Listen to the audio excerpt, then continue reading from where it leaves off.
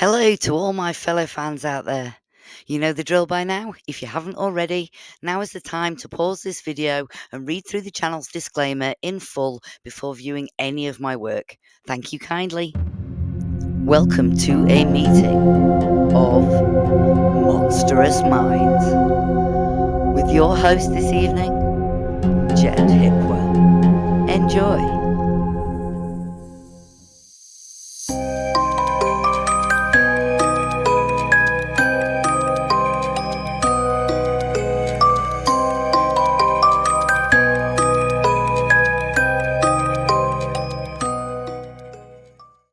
Hello and welcome back to all my fellow dark horror-loving friends, fans, followers and family of freaks out there.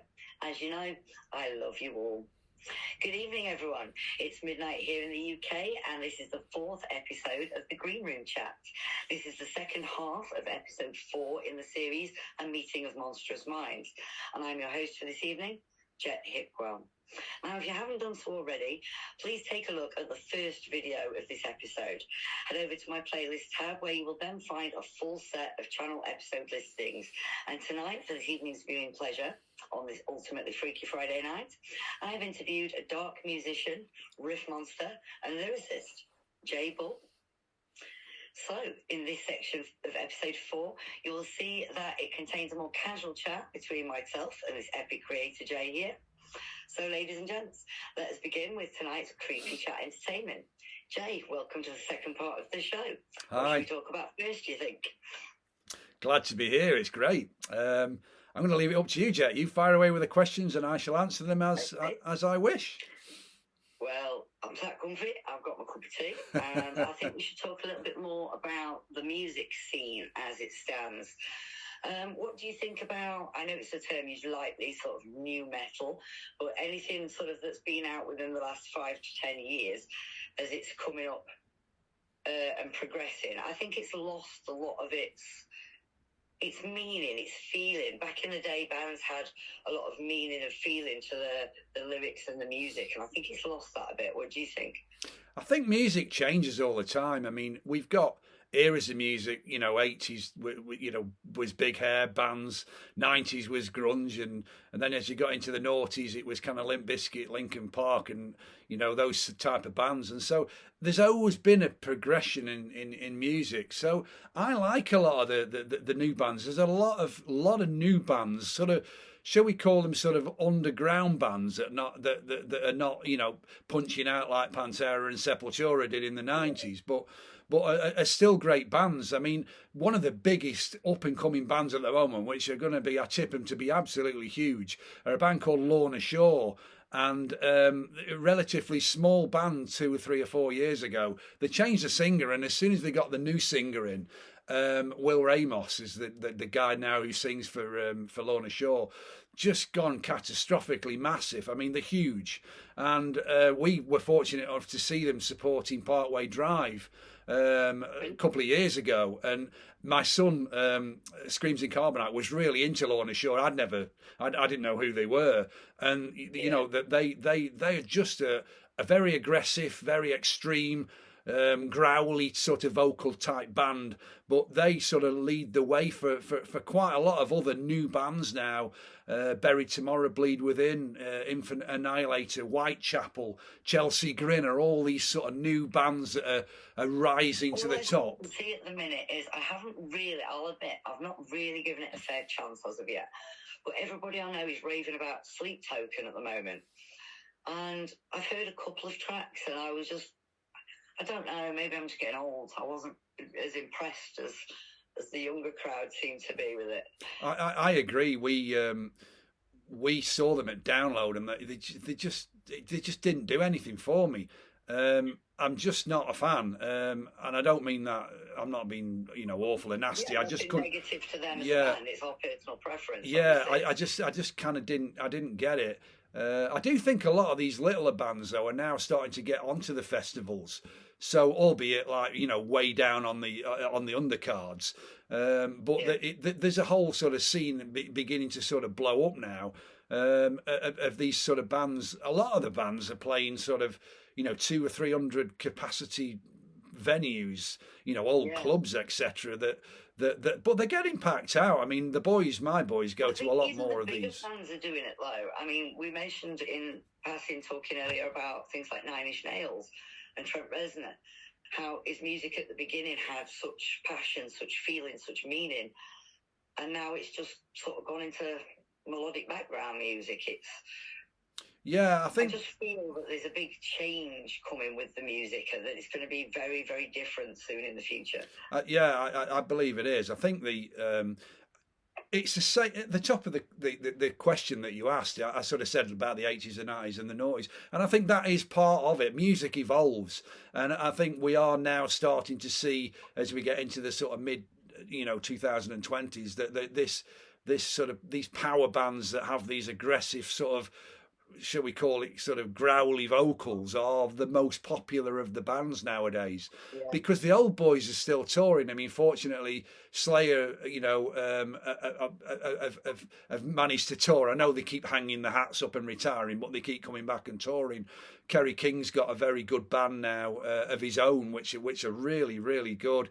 Iron Maiden are still doing the rounds, so there's still some of the old boys are about.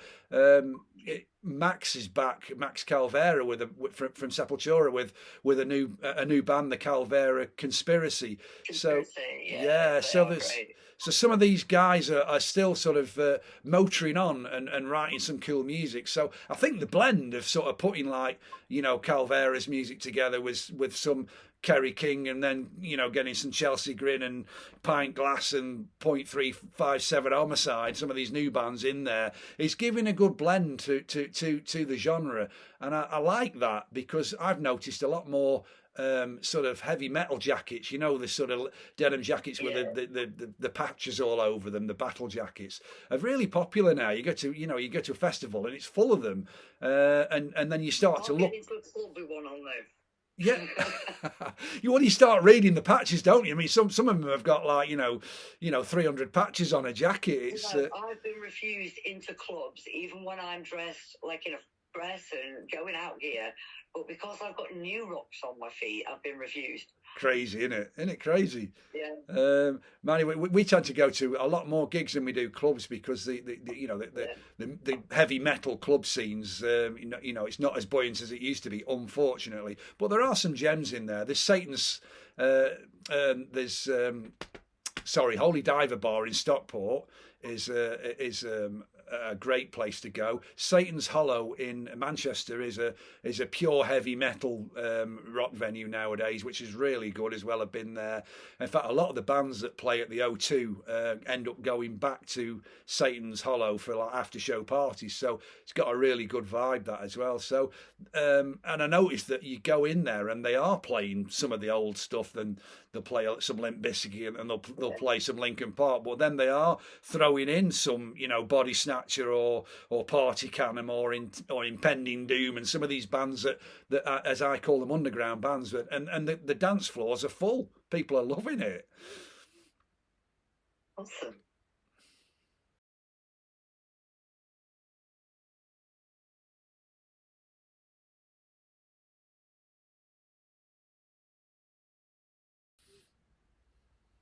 I think we should follow on for a little bit with that, because obviously music's a subject that we can both talk about for hours. What about festivals, music festivals? I find that they were my major holiday for most of my life. Download in particular. Are you a festival goer? What do you like to... Yeah, festivals, particularly Download, is a favourite of mine. I'm fortunate enough to have been to quite a lot of downloads, and more importantly, Monsters of Rock, as it was originally called. The first one I ever went to, Jet, 1983, Monsters of Rock at Donington Park, same venue. Was it the year you were born? Yeah. Well, that year, that was Whitesnake headline that year.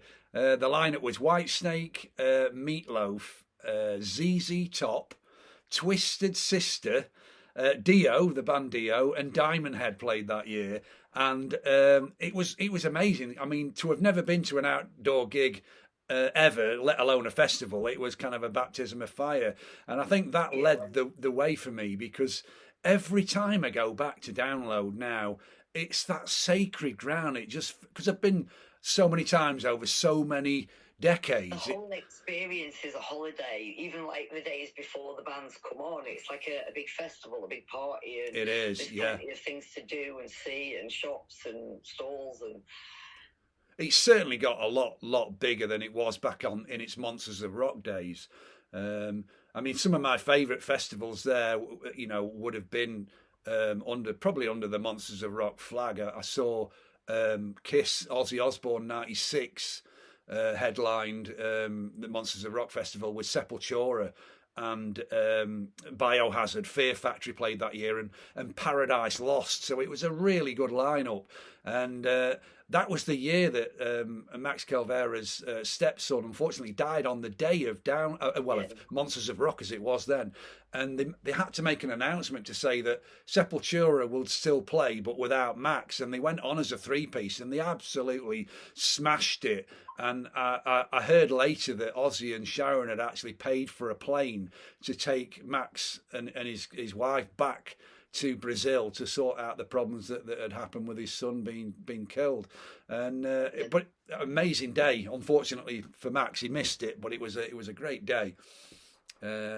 And Bloodstock's the other one. The boys go to Bloodstock, much smaller festival, much more sort of an intimate festival because it's not as big. The boys really like that because yourself, you go to Download and if you're going to go and watch Evanescence up on the apex stage, you've then got to like spend half an hour trying to get 100 yards down to the main stage, haven't you? You're missing some bands almost because you need to get from one stage to another stage, and you have to think, well, do I want to cut off half this band that I'm watching to travel across so I'm at the beginning of that one? Yeah. Or do you wait and finish what you're watching and miss half of one on the other stage? And if you do that, you're never going to get near the front because the crowd's already...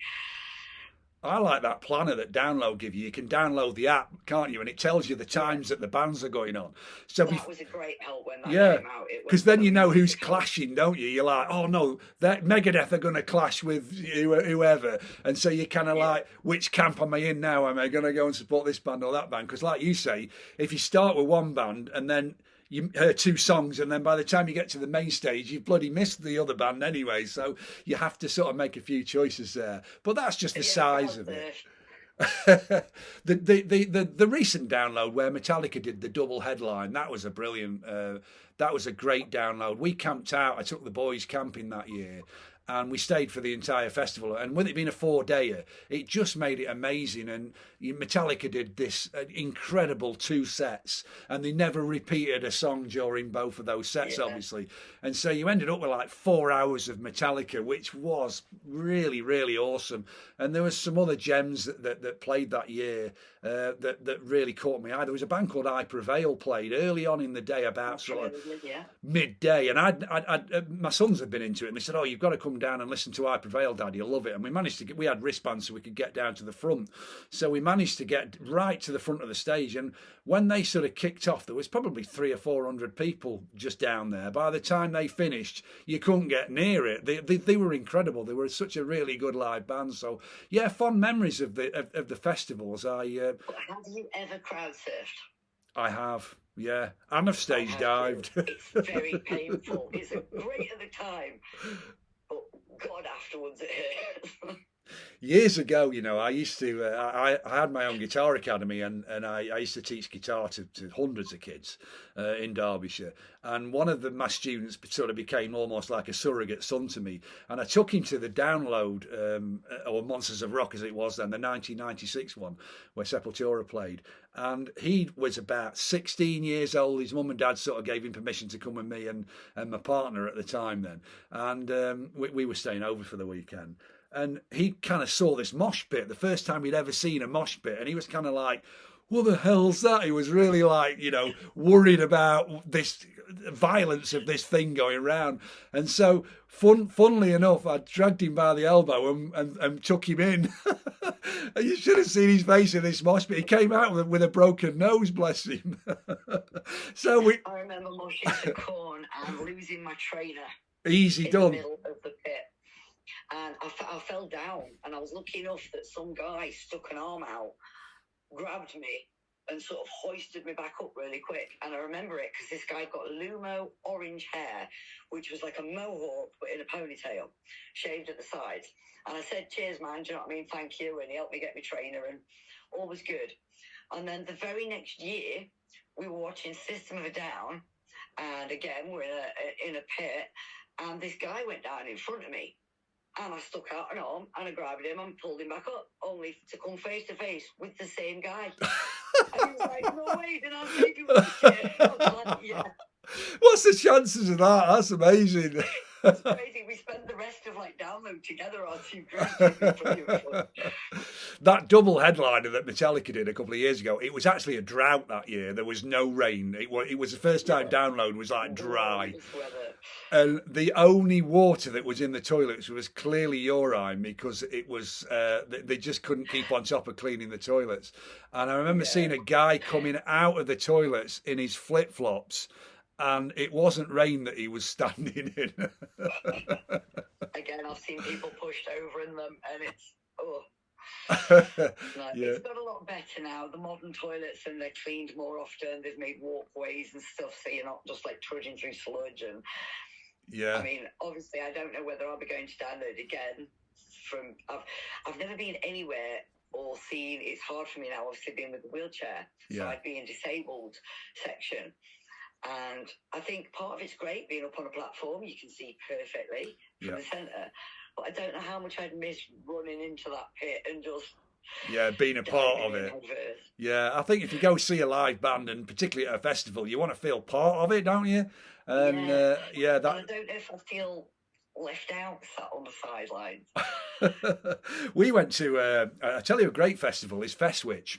It's like one of these tribute act festivals. Brilliant place to go. They do one a year. It's at Tatton Park in Manchester, and it's basically you're going seeing a tribute act from Metallica, Limp Bizkit are there, Slayer are there, Alice in Chains are there, and some of those acts are absolutely incredible. You sort of close your eyes and just listen to the music, and it is Alice in Chains, it is Metallica, and they're drawing probably 5,000 or 10,000 people in the crowd now. They're getting really popular. Amazing. And it's like 25 quid for a ticket. So anybody wants to go to a cheap festival, then check out Festwich. It's not the real deal with the bands, but the tribute acts are really good. They're really, really good, authentic. Awesome. Okay, so without boring everybody to death with our history of music and musical experiences, let's have a look at something we touched on in the interview before as well, which was literacy and authors. Obviously, my favourite author is James Herbert, and I know you love the man as well. What other sort of stuff do you read? What's your favourite Herbert book? I think my favourite Herbert book, it's a tough one, that. It probably would be The Magic Cottage, for the reasons I mentioned in everybody's favourite in the interview. I'm also a fan though because it's strange horror, Fluke. Amazing story. Written from the life of a guy who wakes up as a dog. Do you know what I mean? And it's really well thought out and I think done. But yeah, I love all his horror stuff. I've got everything the guy owns. I think Fluke was like the third or fourth book I think Herbert had done. Yeah, it was early days. Yeah, it was one of his 1970s books, wasn't it? And I remember, so again, you're sort of reading those books as a young, as a kid really. And you're right, when you get to realise that the dog is there's a human being inside the dog, and he goes back to find his wife, doesn't he? Eyes out in the scrapyard scene. Oh gosh, yeah. It made me cry my eyes out. Yeah, and they had the other dog that looked after him was called Rumbo, wasn't he? And he brings Rumbo back as another animal, as a squirrel in the Magic Cottage. Rumbo's I love the way he plays that, and he puts little bits into other books and stuff. It's fantastic. Yeah, another great British author is Sean Hudson. A little bit. He started about the early 80s writing. Yeah, he said I'd like him. He said I need to check his stuff. Yeah, I mean, because again, what I loved about Sean Hudson's stuff was he was different to James Herbert in his storytelling. But it felt almost like it was a James Herbert-y style of sort of writing anyway.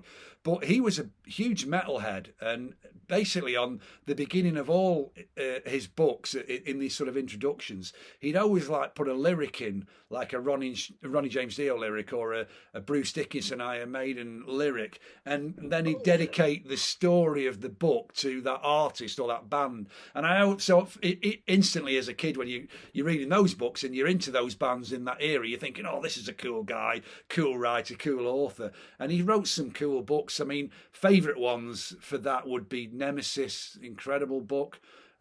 Slugs was the very first book he wrote, which sounds a little bit of a cheesy story, but it's really well done. It's really well. A lot of books start out like that. I mean, we've got the slugs, we've got the rats, we've got the thing, we've got the mist. Do you know what I mean? We've got. He did it. People start a book or start out books. Yeah, with that sort of it sounds a little bit corny nowadays, but I suppose in those days he's probably looked at James Herbert's Rats, which was James's debut book, and thought, my debut book's going to be Slugs. I mean, it's not about rats; it's about it's about slugs. But yeah, great story. Another really really good story. And I remember he sort of homes in on the fact that there's like a kid in I think it's Slugs, the story I'm talking about. But there's a kid and he sort of like traps flies in a jam jar, and sort of he clearly has issues, and he sort of tortures the flies and things. And the way that Sean tells a story, it kind of gets into your head, and so you get a feel of the characters really quite well. And he creates his characters to a point where obviously they're all sinister characters, but you almost feel like you know why the character is the way the character is. He goes quite in depth in it. He wrote a book called Erebus, a great story as well. And I was like, kind of, what is Erebus? It was kind of like such a cool name. I had to sort of look it up years ago in a dictionary. This is pre-Google. And Erebus was a place where sort of heaven used to send you if you were a tortured sort of soul.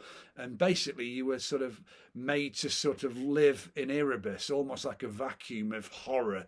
And that was your punishment. So, for example, people who committed suicide wasn't perceived to be a natural death, so you were put in Erebus. And I always thought that was a cool place. And he sort of brings that vibe in that book as well, and makes you think about things a little bit deeper. He's a deep writer. So yeah, for listeners or Stephen King's another one that does it really well, of putting stuff in your head. Yeah. I mean, I do love Stephen King, but my biggest gripe with him is I think he's a little over too descriptive sometimes. It's like, we can imagine a field of swaying grass. We don't need a description of every blade. Do you know what I mean? I do love Stephen King, especially his early works. I don't know if you're a fan of any of the Stephen King stuff. Yeah, particularly the earliest stuff is your take. I think that initially when I was a kid growing up, like a James Herbert book you could read in a couple of days, and a Sean Hudson book, a Stephen King book was kind of like looking at the yellow pages, wasn't it? It was like, wow, that's a proper 1,000-pager or even more. But he wrote good stories. Like the psychological stuff and things like Misery. Brilliant. But obviously, things a bit more or less common known ones that I like the Langoliers or Tommyknockers, that sort of thing. Dolores Claiborne. Modern people aren't really reading them because they're reading all the new Stephen King stuff. And I really think that people should have a look at the older stuff as well. Yeah, he had good topics. I mean, it was generally horror, obviously, that he wrote about. Yeah. But have you ever read or made a sort of dodgy movie of it? Dolores Claiborne was another one that Stephen King did. It's an old one. It's a 70s one. But it was sort of around the Misery time that he wrote that as well.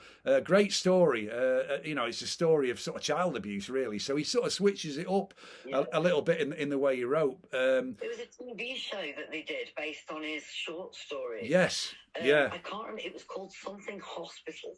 Yes. Kingdom Hospital. That was fantastic. Yeah, Kingdom Hospital. If anybody can remember that show, drop me in the comments. Let me know what it was called. It was called something Hospital. It was called Kingdom Hospital. Kingdom Hospital. That's it. It was a brilliant show. And it's got this. It's got the sloth. Keep meeting the sloth in the lift, don't you? Yeah. Which is as freaky as you like, isn't it? Yeah, the sloth in the lift. It was a very eerie show. I loved that. I liked Cujo as well. I thought that was a great story, a simple story. Well, it's a horror story.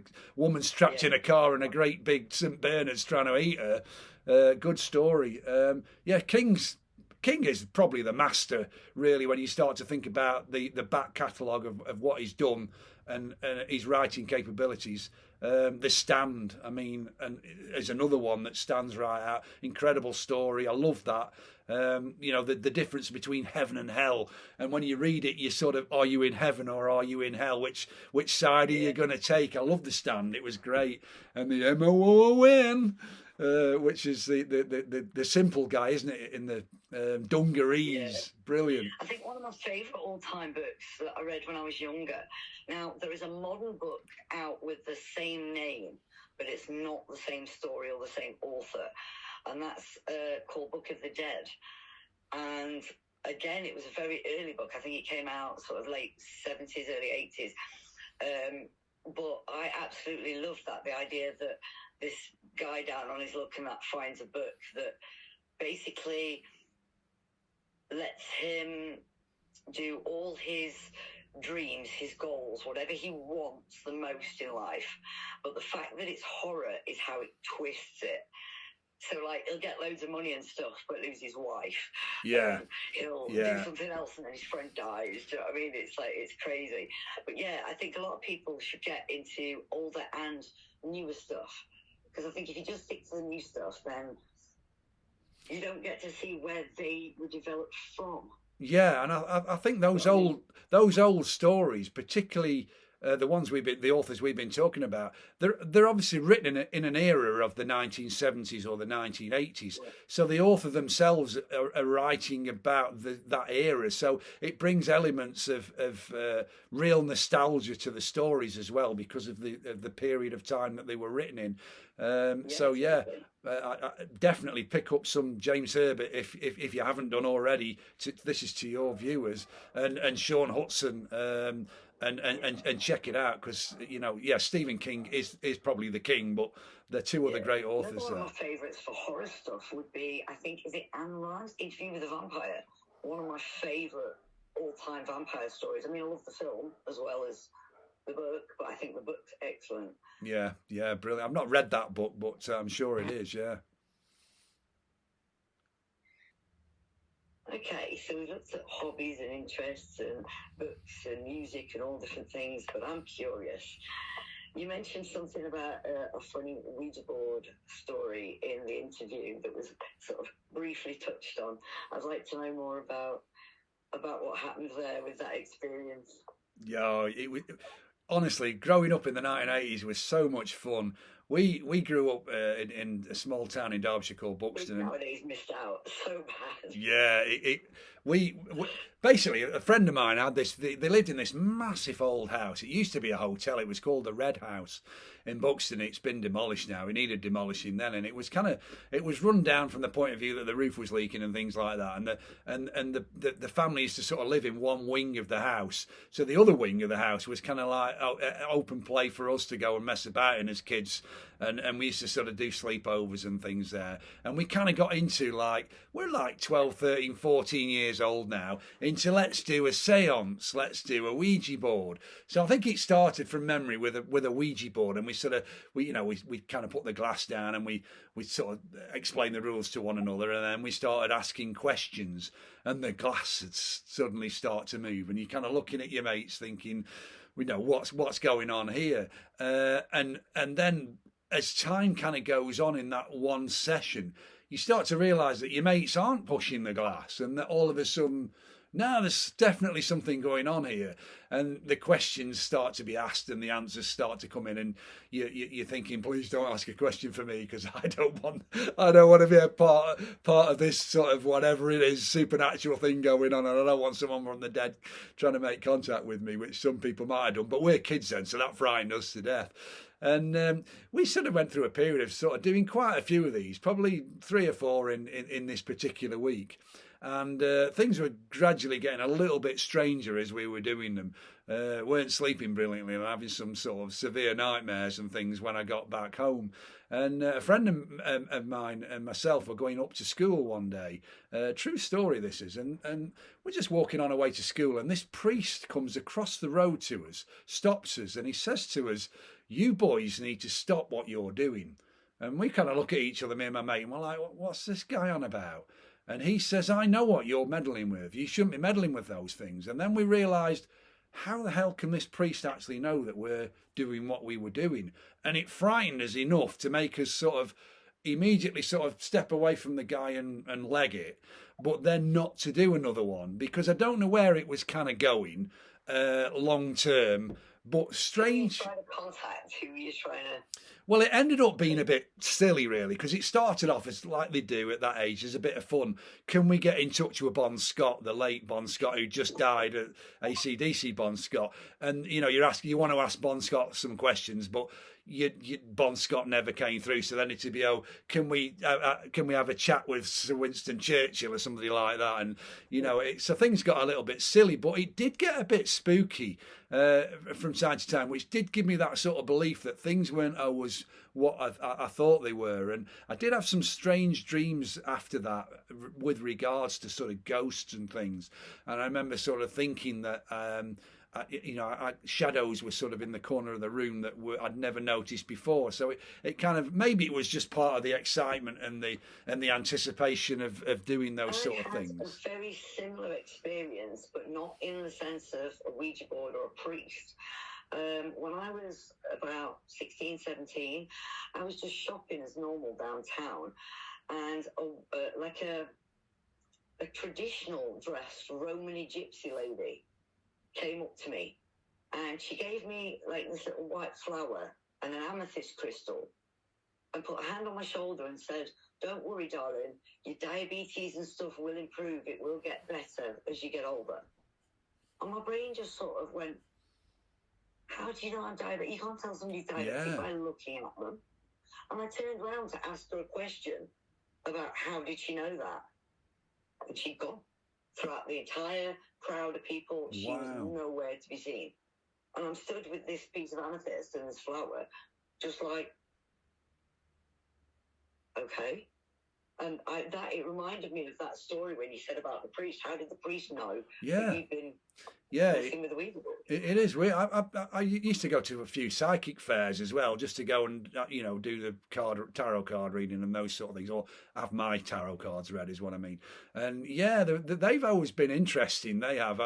I don't go often because I think if you go all the time, you're going to get mixed messages back, aren't you? But say every once. I've seen many psychic people that my mum's obsessed with them, and I found so many that are just fake or people that just basically read off you and give you very general things and then play it, sort of thing. I mean, my childhood was very, very different growing up, and not a single psychic or anything like that I've ever been to has ever gotten anything right about my past or about my history. And then to have this one woman come out of absolutely nowhere and say that and disappear again. It gives you, it reinstalls that belief, because there are a lot of charlatans about, we know that.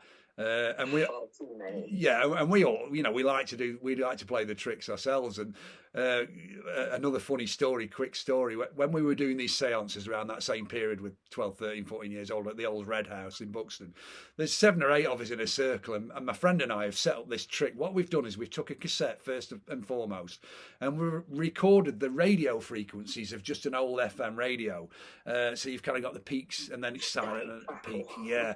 And what we'd done is we put the introduction of the Number of the Beast by Iron Maiden. It was on a vinyl then, and we played it backwards. So it records onto this cassette. And we give ourselves about a 10-minute introduction of static before the big shenanigans come at the end. So, of course, the boys are all, don't break the circle, all concentrating. Is there anybody there? Anybody want to speak to it? The lights are down low, candles are all burning. It's getting really intense. And we'd given a few, there was about 3 or 4 statics where we knew that this thing was going to come, but nobody else knew. So sure enough, we're there and everybody's really in the zone now. Nobody wants to break the circle. chanting and trying to bring the spirits through. We hear this little cue, and the nuance comes on, and I shit you not, I have never seen young men jump as high as they did. Considering we were all cross-legged on the floor, they were on the ceiling, and they almost went white-haired, screamed like girls, and left the Red House, never to be seen for about a week. It was a hilarious prank. That's fantastic. I mean, I've done the same, messed about with things like that when I was a teeny bop. And again, even down to like trying voodoo, that was interesting. It got results, and I was terrified. I've never messed with it again since. Yeah, I think that there are things out there that... I'm not going to go into the story fully because somebody actually got hurt. Oh, I see. As a result of that. And I don't know if that was mine and my friends doing with the voodoo, or whether it was pure coincidence. But it's one hell of a coincidence, is it? Yeah. Thing is, you'll never know. You'll never know, because, you know, phenomenon does happen. And yeah, I do believe, you know, that I suppose the bottom line really is that there's a message in these movies, in these books, that, you know, we're not human beings, and that we know everything about everything. You know, there is astral planes out there, and there are things beyond our control and beyond our conception. We don't even know what's at the bottom of our oceans yet. Yeah. And yet we're trying to get to other planets in the sky. And it's one of them things that I think that everybody has different beliefs and different things, and some will call us Satanists for trying Ouija boards and things. But I think as a whole, I think it is something that most people in the back of their minds believe. I think it's something you're probably tinkering when you're young, in your teens and early 20s, you mess about with it. But as you get older, like, I wouldn't do it now. I wouldn't have a Ouija, you know, board at the house. I wouldn't have a seance or anything like that now. I think that's just age and wisdom. But when you're young and gullible, you kind of go along with those things, don't you? Definitely. Yeah, we talked about festivals and stuff and trips out and hobbies and things, but one of the things you mentioned was obviously you love travel and holidays, that we all pretty much download was my holiday for a long time. And I've been to Spain a couple of times, but I've not really been out in the UK a great deal. What are your favourite sort of destinations? What do you like holidaying-wise? I love going away on probably on the shorter breaks, to be honest. The beach holidays are lovely, where you sit on your sunbed or sit around the pool and just sort of hang your brain out. I do enjoy those holidays. That's more sort of a relaxation type of break. But my wife and I started probably 10 years ago to start doing just long weekend breaks, where just myself and my wife will go away together and just take in the history of some of the most beautiful places on Earth. We've been to Budapest, which was beautiful. I love the architecture and I love the history of it. And I think you find that the neo-Gothic sort of architecture is the stuff that I love myself. It looks like it's out of a Hollywood movie or something. And Budapest was beautiful. You've got the castle district there, where you've literally got these white, painted white sort of castle buildings, which is part of a castle, and it kind of looks like it's something out of a Disney movie, but it's actually real. It's just like difficult to describe without seeing it yourself. It's like sort of larger than life. It's beautiful, a beautiful place to go. I'm not a big fan. I like heritage stuff and castles and things like that, but I think I prefer to go around a ruin just by myself. Do you know what I mean? And photograph it and experience it without the whole tour guide and 20 people. And I think one of the most haunting places we went to was Krakow. We've been a couple of times in Poland. Beautiful place to go, fantastic city. But if you ever get to go to Krakow, then you've got to go to Auschwitz. You go to Auschwitz 1 and you go to Auschwitz 2, which is Birkenau. And you're talking about sort of relic buildings. Well, this is literally the concentration camps that are still there. I've seen a lot of documentaries on it, but obviously it's not somewhere that I'd ever probably be able to visit. But yeah, it's got a very eerie horror sort of feel to the place, not just because of its history and its stories, the actual place itself. Yeah, it's haunting. You get to go in the gas chambers. You go in and they close the door, and you get a real feeling of fear and dread. Then when you sort of look up, see the cylinder holes in the ceiling where they put the Zyklon B down, Yeah. and you stood in a place where hundreds of thousands of people have been mass murdered. Yeah, the actual the grave sites and everything are still there. The sort of place where they used to hang them is still there. The wall, there's like a wall where they used to sort of stand them and shoot them. It was like a firing range wall. It's all still there, and it's Brutal. yeah, it is brutal. And you kind of go to the museum part of it, and you see these glass rooms which are the size of a supermarket. And I'm not exaggerating that they're full of one of them's full of shoes. There's just you've never seen. There's millions and millions of pairs of shoes in there, all just piled on top of each other. There's another one that's filled Why with shoes? because Why? they took the shoes off them, didn't they? When the Jews arrived at the camps, they took everything off them, so they I kept the see. leather So shoes. all the shoes. Yeah, So that's what basically all that's left of some people. yeah. There's another glass container the size of a supermarket, and I'm not lying there. It's huge. It's filled with human hair. Which is horrific to see. And when we go, there's parties of people there all the time, and people are sort of, smiling as they get there, and we're at Auschwitz. By the time they leave, Jet, it's just solemn. Everybody's got a tear, everybody's silent, and it really humbles you and brings you down to earth again for the atrocities that happen there. So Krakow is probably my favourite place to go, not just because of Auschwitz, it's a beautiful city, but Yeah. that's a great place to go. Prague, we went to earlier this year. My wife and I, again, beautiful. The architecture in Prague just blows you away. Like little cobbled streets in the old town. Well, it's a city, but they call it the old town in Prague. And we sort of found, a little alchemist bar there where you went in and you could have these sort of cocktails. Yeah, the example I had and Yeah, stuff like that. yeah, really Pamplona authentic. in Spain, see the running of the balls and stuff, and again the traditional architecture and the old buildings, and they still almost live how they used to live down there. That's right. It's a very different world, and again the architecture and stuff is so beautiful. What we always try to do as well, wherever we go on holiday, we always try and eat their food. We always try and eat. So if we go to Poland, we'll eat Polish food. If we go, to Prague, we'd eat Czechoslovakian food, and that's one of the things that we do because that's part of the holiday. That's part of the taking in the culture, we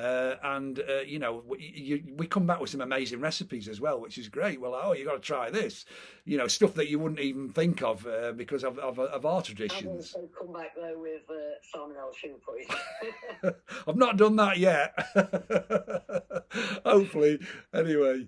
That's traditional Spanish salad is made with raw egg, and it did not agree with me. Yeah. That's be careful with that one. Yeah, I love holidays, but it's the sacred holidays are my sacred time with the family, or just my wife and I spending quality time together. Fantastic. There you have it then, folks. I hope you've enjoyed viewing tonight's Green Room episode with myself, Jet Hipwell, and the dark artist here, Jay Ball. Jay, a big thank you for being on the show. Thank you for having me. I've loved it. It's been great. And thank you to the audience for listening. Brilliant. It's been awesome. And to you guys out there, if you've not done so already, please like, share, and subscribe to my channel for all future videos, interviews, and projects. Now, don't forget, you can also check back in a fortnight's time on Friday, the 19th of December, 2025, at 12 a.m. midnight. That's UK GMT, Greenwich Mean Time. So please don't forget your worldly time differences before you watch the show, if you do watch it as soon as it comes out. And here you should see episode 5 of the series launched. And I will be interviewing a dark horror tattoo artist from Thunder Groove Inc., Pete Austin. So I hope to see you all there to show off some epic ink. Thank you all, and good night. Thank you.